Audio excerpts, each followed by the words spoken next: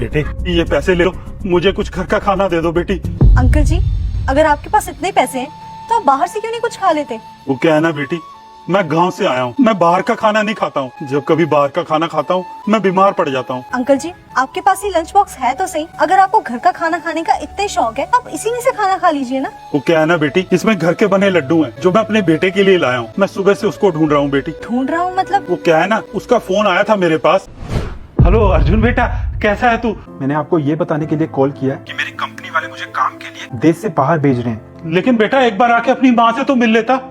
अरे पापा, मेरे पास इतना टाइम नहीं है अभी। तो मैं तेरी माँ को लेकर आ जाता हूँ। अरे नहीं नहीं, प्लीज रहने दीजिए, माँ बीमार है, उनको रेस्ट करने दीजिए। बेटा माना सही तो मैं आ जाता हूँ तुझसे मिलने। तू मुझे अपना पता बता दे। अच्छा ठीक है, लिखिए। ठीक है बेटा। बेटी इस पर्ची में जो पता लिखा है ये सही है ना? अंकल जी, सेक्टर 2 में तो अभी फ्लैट्स बनने शुरू ही हुए हैं, वहाँ पे कोई नहीं रहता। वही तो बेटी, मैं वहाँ गया था, सुबह से उसको ढूंढ रहा हूँ, पता नहीं कहाँ चला गया वो। अंकल जी, आपने एक बार फोन करने की कोशिश की क्या उसे? बेटा के नाम से सेव होगा उसका नंबर। हाँ जी, हाँ जी।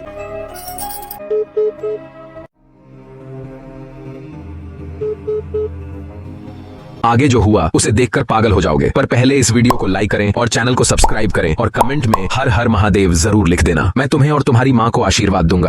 अंकल जी, आपका बेटा तो बार बार फोन काट रहा है। कोई बात नहीं, वो कहीं व्यस्त होगा। प्रीति तुम क्या तब से यहाँ गेट पे? कौन है? अर्जुन बेटा। बेटा?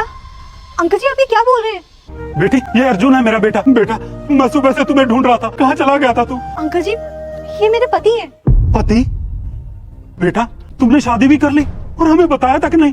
मुझे तो तूने कहा कि तू दूर देश जा रहा है, पर जब मैंने फोन किया तो तूने फोन भी काट दिया।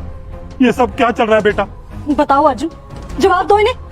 हाँ प्रीति, मैंने तुमसे झूठ बोला था, और वो इसीलिए क्योंकि मैं नहीं चाहता था कि तुम्हें पता चले कि मेरे पापा गांव में रहते हैं। क्योंकि मैंने अक्सर देखा है कि शहर की लड़कियां गांव के लोगों को पसंद नहीं करती है, उन्हें इक्वली ट्रीट नहीं करती है। मुझे डर था कि अगर तुम्हें इस बात का पता चल गया तो हम दोनों के बीच में जो रिलेशनशिप है इतने सालों से, वो टूट जाएगा। मैं तुम्हें खोना नहीं चाहता था प्रीति, इसीलिए मैंने ये सब किया। डिस्गस्टिंग अर्जुन, बाकी लड़कियां क्या सोचती हैं इससे क्या ही मतलब?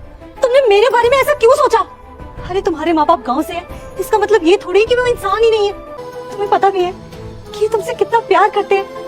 अरे इन्हें भूख लगी हुई थी, इन्होंने मुझे पैसे दिए कि मैं इन्हें कुछ खाने को दे दूं, लेकिन इनके हाथ में ये जो टिफिन है ना, इसमें तुम्हारी माँ के हाथ के बने हुए लड्डू हैं। इन्होंने इन लड्डुओं को छुआ तक नहीं, क्योंकि वो सिर्फ और सिर्फ तुम्हारे लिए थे। और ऐसे सास ससुर को पाके मैं भी खुश हो जाती। और अंकल जी, सॉरी पापा जी, आप अंदर चलिए। आज आपकी बहू आपको अपने हाथों से खाना बना के खिलाएगी।